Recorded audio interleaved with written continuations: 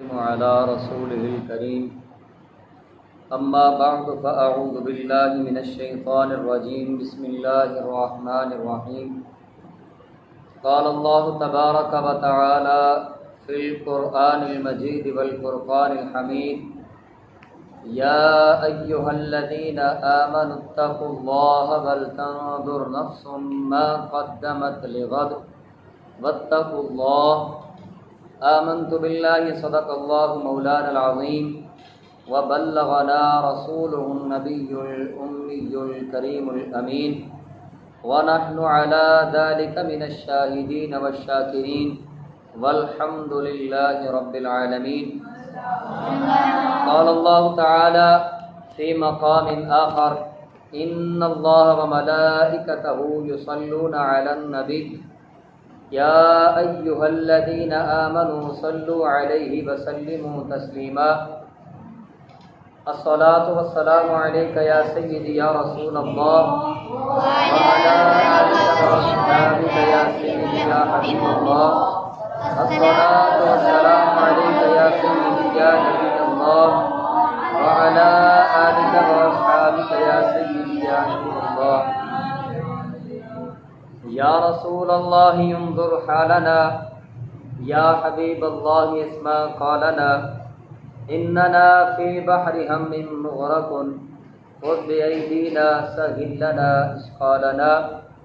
یا صاحب الجمال ویا سید البشر من وجهك المنیر لقد نبر القمر لا يمكن الثناء كما كان حقه بعد از خدا بزرگ توی قصہ مختصر. اللہ رب العزت کی حمد و ثنا اور نبی رحمت صلی اللہ تعالی علیہ وآلہ وسلم کی ذات اقدس پر درود پاک پڑھنے کے بعد انتہائی واجب الاحترام سامعین احتشام اللہ رب العزت کی لا ریب اور بے عیب کتاب میں سے ایک آیت کریمہ کا کچھ حصہ تلاوت کرنے کا شرف حاصل کیا، جس آیت طیبہ میں خالق کائنات ارشاد فرما رہا ہے یا ایھا الذین آمنوا اتقوا اللہ، کہ اے ایمان والو اللہ سے ڈرو. ولتنظر نفس ما قدمت لغد، اور دیکھو کہ تم نے اپنے لیے آگے کیا بھیجا ہے. واتقوا اللہ، اور اللہ سے ڈرو. اللہ رب العزت کی یہ شان ہے کہ اس مالک نے ہمارے لیے جو ہم مسلمان ہیں یہ آیت طیبہ نازل فرمائی اور ہمیں اس بات سے آگاہ کیا کہ ہم محاسبہ کریں اپنا کہ ہمارے اعمال کس طرح کے ہیں اور ہم کس طرح کے اعمال کو اپناتے ہیں اور اپنی آخرت کی زندگی کے لیے کیا کرتے ہیں. آج جس موضوع پر لب گشائی کی جائے گی وہ موضوع فکر آخرت اور اصلاح احوال ہے. تو فکر آخرت سے مراد کیا ہے کہ ہم اللہ رب العزت کی طرف سے اس دنیا میں آئے ہیں اور اللہ رب العزت نے ہمارے سامنے دونوں راستے رکھ دیے. ایک رستہ کامیابی کا ہے، دوسرا ناکامی کا ہے. ایک وہ رستہ ہے جو نبی کریم صلی اللہ تعالی علیہ وسلم کا اپنایا ہوا اور آپ کی سنت کے مطابق رستہ ہے.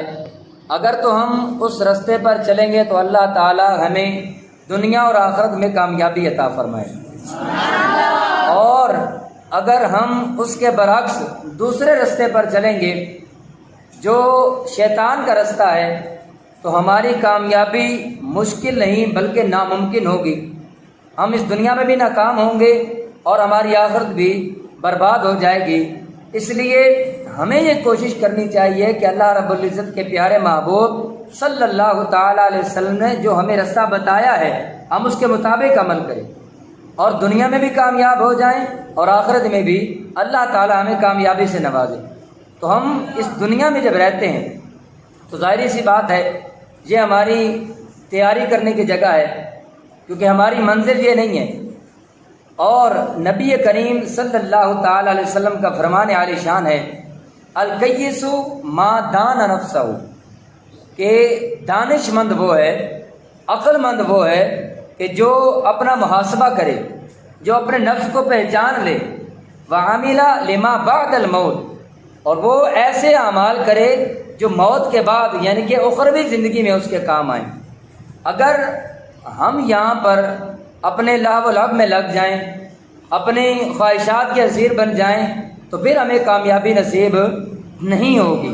اور پھر نبی پاک علیہ الصلوۃ والسلام نے ارشاد فرمایا والعاجز ما اتبع نفسہ ما ہوا، کہ عاجز وہ شخص ہے جو اتباع کرتا ہے اپنی نفسانی خواہشات کی اور اپنی خواہشات کی پیروی کرتے ہوئے زندگی گزارتا ہے، اللہ رب العزت کے بتائے ہوئے طریقے کے مطابق زندگی نہیں گزارتا، اور پھر وتمنا علی اللہ، پھر اللہ تعالیٰ سے وہ امید بھی رکھتا ہے۔ نبی کریم صلی اللہ تعالیٰ علیہ وسلم کا جو یہ فرمان ہے، فرمایا دانش مند وہ ہے جو اپنے نفس کو پہچان لے اور وہ عمل کرے جو اس کو دنیا میں اور دنیا سے جانے کے بعد کام آئے، اور عاجز وہ شخص ہے کہ جو اپنے نفس کی پیروی کرتا ہے، اپنے خواہشات کے پیچھے دوڑتا ہے اور اپنے رب کے حکم عدولی کرتا ہے، اللہ تعالیٰ کا حکم نہیں مانتا، اور پھر سارا کام اللہ تعالیٰ کے حکم کے خلاف کرے، اور خلاف کرنے کے باوجود پھر وہ امید کرتا ہے کہ اللہ تعالیٰ اس کے ساتھ اچھا معاملہ کرے۔ تو یہ کیا ممکن ہے کہ بندہ اللہ تعالیٰ کے حکم کے خلاف چلے اور پھر اس کو ثواب ملے؟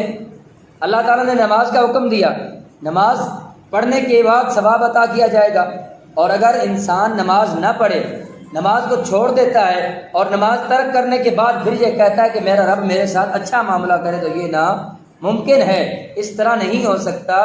بلکہ جو کام اللہ رب العزت نے ہمارے ذمہ لگائے ہیں، جو اللہ تعالیٰ نے ہمیں حکم دیا ہے، اور جو نبی رحمت صلی اللہ علیہ وآلہ وسلم نے ہمارے تک احکامات پہنچائے ہیں، ہم نے ان پر عمل کرنا ہے۔ اور یہ دنیا جو ہے، دنیا مومن کے لیے ایک مسافر خانہ ہے۔ دنیا مومن کے لیے کیا ہے؟ مسافر خانہ ہے، اور مومن کا ٹھکانہ کیا ہے؟ جنت۔ مومن کا ٹھکانہ جنت ہے۔ اور امام شافعی رحمۃ اللہ تعالی علیہ آپ فرماتے ہیں، آپ رضی اللہ تعالیٰ عنہ جب چلتے تھے نا جوانی میں، تو اپنے پاس ایک عصا رکھتے تھے، ایک چھڑی رکھتے تھے جو ان کا سہارا بنتی، اور وہ اس لیے نہیں رکھتے تھے کہ ان کے اوپر بزرگی چھا گئی ہے یا وہ کمزور ہیں اور کمزوری کی وجہ سے انہوں نے اپنے پاس ایک عصا رکھا ہوا ہے، بلکہ آپ نے ویسے ہی وہ عصا اپنے پاس رکھا ہوا تھا۔ تو جب لوگوں نے پوچھا کہ آپ نے یہ عصا کیوں رکھا ہے، حالانکہ آپ تو جوان ہیں، آپ بزرگ نہیں ہیں، آپ کمزور بھی نہیں ہیں، اور آپ کے پاس جوانی ہے، اللہ رب العزت نے آپ کو طاقت عطا فرمائی ہے، اس کے باوجود آپ نے اپنے پاس اس چھڑی کو، اس ڈنڈے کو کیوں رکھا ہوا ہے؟ تو امام شافعی رحمۃ اللہ تعالی علیہ آپ فرماتے ہیں کہ میں اس لیے اس کو اپنے ساتھ رکھتا ہوں لأذکر نفسہ، کہ یہ میرے نفس کو یعنی کہ مجھے یہ یاد دلاتا رہے کہ میں دنیا میں مسافر ہوں، مقیم نہیں ہوں۔ میں دنیا میں کیا ہوں؟ مسافر ہوں، میں مقیم نہیں ہوں، اور جب میں دنیا میں آیا ہوں تو ایک مسافر کی طرح زندگی گزاروں۔ امام شافعی رحمۃ اللہ تعالی علیہ نے ہمیں یہ درس دیا ہے کہ جب مومن دنیا میں ہوتا ہے تو یہ اس کے لیے مسافر خانہ ہے۔ مثال کے طور پر جب ہم سفر پر نکلتے ہیں، ہم نے کہیں دور کا سفر کرنا ہو، اور ہم سفر پر اتنا ہی سامان ساتھ لے کر جاتے ہیں جتنا ہمیں ضرورت ہو، ہمیں جتنے پیسے کی ضرورت ہے ہم اپنے پاس رکھتے ہیں، ہمیں جتنے کھانے کی ضرورت ہے ہم اتنا کھانا اپنے پاس رکھتے ہیں، جتنے پانی کی ضرورت ہے ہم اتنا پانی اپنے ساتھ رکھتے ہیں، اور جس چیز کی ضرورت ہمیں ہوتی ہے سفر کے دوران ہم صرف وہی مال اپنے پاس رکھتے ہیں، اور اضافی مال سونا چاندی یا مکان یا کوئی اور اس طرح کی پراپرٹی ہم اپنے پاس سفر میں نہیں رکھتے۔ تو یہی وجہ ہے کہ انسان مسافر ہے، جب سفر میں جا رہا ہو تو زیادہ سفر محدود ہوتا ہے۔ تو فرماتے ہیں کہ انسان کو دنیا میں بھی اسی طرح رہنا چاہیے، گویا کہ یہ مسافر خانہ ہے، ہم نے یہاں پر چند دن قیام کرنا ہے، اور قیام کرنے کے بعد ہم نے یہاں سے کوچ کر جانا ہے، اور پھر ہمارا ٹھکانہ کیا ہوگا؟ اگر ہم نے اللہ رسول کے مطابق زندگی گزاری، جو احکامات انہوں نے دیے اس کے مطابق ہم نے عمل کیا، تو یقیناً انشاءاللہ ہمارا ٹھکانہ جنت ہوگا، اور وہی مومن کا ٹھکانہ ہے، کیونکہ نبی پاک علیہ الصلوۃ والسلام نے خود فرما دیا۔ اور جنت کا جو مقام ہے، جو مرتبہ ہے، وہ کتنا ہے کہ نبی رحمت صلی اللہ تعالیٰ علیہ وسلم نے صحابہ کے مجمع میں یہ خطاب فرمایا، اور آپ نے فرمایا کہ جنت میں تھوڑی سی جگہ، یعنی کہ ایک کوڑے کی جگہ، ایک رسی لٹکانے کی جگہ جنت میں دنیا و ما فیہا سے بہتر ہے۔ مثال کے طور پہ اگر آپ گھر میں کوئی لکڑی رکھتے ہیں جس کے اوپر رسی لٹکائی ہو، اور وہ جگہ کیا ہوتی ہے؟ بالکل معمولی سی عام سی جگہ ہوتی ہے، اور ہم اس جگہ کو حقیر سمجھتے ہیں۔ اللہ تعالیٰ کے حبیب صلی اللہ تعالیٰ علیہ وسلم فرماتے ہیں کہ جنت میں ایک کوڑے کی جگہ وہ دنیا و ما فیہا سے بہتر ہے، دنیا کی ہر چیز سے وہ بہتر ہے۔ تو یہ مقام اور مرتبہ جنت کا کس نے ہمیں بتایا ہے؟ نبی رحمت صلی اللہ تعالیٰ علیہ وسلم نے بتایا کہ ہم دنیا میں کوشش کس کے لیے کریں؟ جنت کے لیے، تاکہ ہمارا دنیا میں جی نہ لگے۔ لیکن آج کل کیا ہو رہا ہے کہ ہمارے اوپر شیطان حاوی ہے، ہم شیطان کے قیدی بن چکے ہیں، ہم شیطان کی پیروی کرتے ہیں، رحمان کی پیروی نہیں کرتے۔ یہی وجہ ہے کہ دنیا ہمارے اوپر حاوی ہو گئی ہے، ہم اپنی خواہشات کے اسیر بن گئے ہیں، ہماری نفسانی خواہشات اتنی بڑھ گئی ہیں کہ ہمیں نماز کا وقت نہیں ملتا، ہمیں تلاوت قرآن کا وقت نہیں ملتا، ہمیں اللہ رسول کے لیے کوئی بات کرنے کا وقت نہیں ملتا۔ کیوں نہیں ملتا؟ وجہ یہ ہے کہ ہم شیطان کے قیدی بن چکے ہیں۔ اور نبی رحمت صلی اللہ تعالیٰ علیہ وسلم آپ فرماتے ہیں کہ آخر الزمان ایک وقت آئے گا۔ کیسا وقت آئے گا؟ فرمایا ایسا وقت آئے گا کہ جو سال ہیں وہ مہینوں میں بدل جائیں گے، جو مہینے ہیں وہ ہفتوں میں بدل جائیں گے، اور جو ہفتے ہیں وہ دنوں میں، اور دن گھنٹوں میں، اور گھنٹے منٹوں میں تبدیل ہو جائیں گے۔ اس کا مقصد کیا ہے؟ مقصد یہ ہے کہ وقت بہت تیزی سے گزر رہا ہوگا۔ آپ دیکھیں کہ اگر آج ہفتے کا پہلا دن ہوتا ہے تو پلک جھپکتے پورا ہفتہ گزر جاتا ہے اور پتہ بھی نہیں چلتا۔ مہینے کی ابتدا ہوتی ہے، پتہ چلتا ہے کہ آج 1 تاریخ ہے، ہمیں یہ معلوم نہیں ہوتا کہ کب 2 گزر گئی، 3 4 یا پورا مہینہ گزر گیا، ہمیں یہ بھی پتہ نہیں چلتا، اور مہینے کا اینڈ ہو جاتا ہے، مہینہ ختم ہو جاتا ہے۔ یہی وجہ ہے کہ ہمارے اس معاشرے سے اس وقت میں برکت ختم ہو چکی ہے۔ جیسا کہ پہلے برکت ہوا کرتی تھی، آج کل اس وقت میں وہ برکت نہیں ہے۔ اور نبی رحمت صلی اللہ تعالیٰ علیہ وسلم کی حدیث پاک کے مطابق اگر ہم نے اپنے وقت کو صحیح گزارنا ہے تو ہمیں یہ کوشش کرنی چاہیے اور اپنی آخرت کی فکر کرنی چاہیے کہ اللہ تعالیٰ نے ہمیں یہاں پر موقع دیا ہے کہ ہم دنیا میں آئے ہیں، اور اللہ رب العزت کے اس موقع کو ہم غنیمت جانیں۔ غنیمت جانتے ہوئے اگر ہم زندگی گزاریں گے تو پھر ہماری شاید کامیابی ممکن ہو سکے، کیونکہ اگر ہم شام کے وقت انتظار کریں کہ اب صبح بھی ہوگی۔ حضرت عبداللہ ابن عباس رضی اللہ تعالیٰ عنہ آپ فرماتے ہیں کہ نبی رحمت صلی اللہ تعالیٰ علیہ وسلم کا فرمان عالی شان ہے کہ جب رات ہو جائے، شام ہو جائے تو صبح کی امید مت کرنا، اور جب صبح ہو تو شام کی امید مت کرنا کہ تم کہو کہ میں فلاں کام جو ہے نیکی کا وہ میں صبح کر لوں گا، اب رات ہے، یا صبح کے وقت تم کہو کہ میں شام کو کر لوں گا۔ تو اس طرح اپنے کام کو دوسرے وقت پر نہیں چھوڑنا، بلکہ جو وقت تمہیں ملا ہے اس کو غنیمت جان کر اسی کے اوپر عمل پیرا ہو کر اس کے اندر نیک اعمال کرنے کی کوشش کی جائے، تاکہ ہماری دنیا بھی سنور جائے اور ہماری آخرت بھی سنور جائے۔ اور اللہ رب العزت نے قرآن پاک میں ارشاد فرمایا سورۃ العادیات میں، فرمایا والعادیات ضبحا، یہ قسم ہے گھوڑوں کی، فالموریات قدحا، اور جب وہ دوڑتے ہیں اور ان کی جو آواز نکلتی ہے تو اس آواز کی قسم کھائی، فالمغیرات صبحا، اور پھر جب ان کے سم زمین پر لگتے ہیں یا پتھروں پر لگتے ہیں اس میں سے چنگاری نکلتی ہے، اللہ رب العزت نے اس چنگاری بھی کی قسم کھائی۔ 3 قسمیں ہو گئی۔ فأثرن به نقعا، اور پھر اللہ رب العزت نے ان گھوڑوں کے جو سانس پھولنے کی آواز ہے اور پھر چنگاری نکلتی ہے اس کی آواز ہے، اس کی بھی قسم کھائی۔ فوسطن به جمعا، اور پھر جب وہ گھوڑے دشمنوں کی صفوں کو چیر کر ان تک پہنچتے ہیں تو اللہ تعالیٰ نے اس وقت کی بھی قسم کھائی ہے۔ یعنی کہ اللہ رب العزت نے قرآن پاک میں 5 قسمیں گھوڑوں کی کھائی ہیں۔ کتنی؟ 5 قسمیں کھائی ہیں۔ کس کی کھائی ہیں؟ گھوڑے کی۔ کیوں قسم کھائی ہے؟ اس وجہ سے۔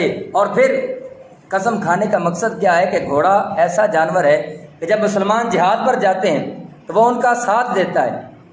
جو گھوڑے کا مالک ہوتا ہے وہ اس مالک کی بات کو مانتا ہے اور جب وہ مالک حکم دیتا ہے کہ گھوڑے کو تیز دوڑ، وہ تیز دوڑتا ہے، جب وہ کہتا ہے کہ جھپٹ لے تو وہ گھوڑا جھپٹتا ہے، جب اس کو آہستہ کرتا ہے تو مالک کی بات مان کر وہ آہستہ ہو جاتا ہے۔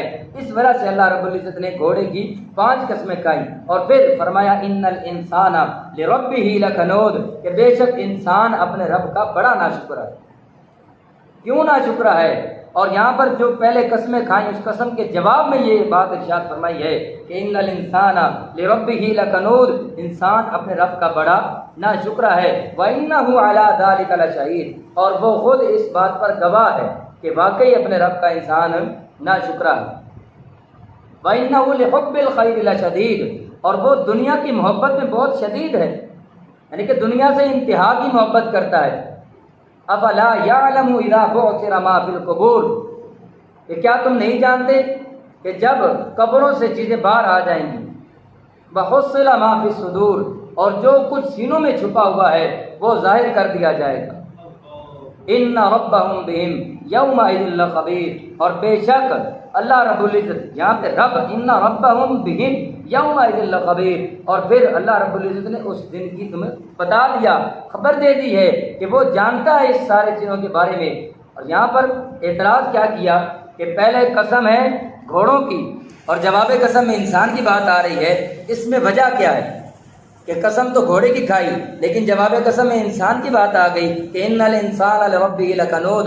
فرماتے ہیں وجہ یہ ہے کہ جب گھوڑا مالک کے حکم پر چلتا ہے، اس کی حکم عدولی نہیں کرتا، اس کے احکامات کے اوپر چلتا ہے کہ جیسے مالک حکم دیتا ہے ویسے اس پر عمل کرتا ہے، تو اللہ تعالیٰ فرماتا ہے کہ انسان اپنے رب کا بڑا ناشکر ہے کہ گھوڑا تو اپنے مالک کی بات مانتا ہے لیکن انسان اپنے مالک کی بات نہیں مانتا۔